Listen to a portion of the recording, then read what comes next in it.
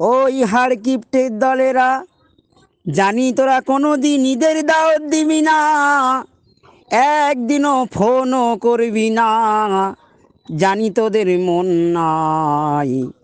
আয় আয়, আমি তোদের দাওয়াত দিলাম ঈদের দিন, তোরা সবাই আমার বাড়িতে এসে লাচ্চা সিমুই থেকে শুরু করে ঘুগনি থেকে শুরু করে যা মন চায় খাবি।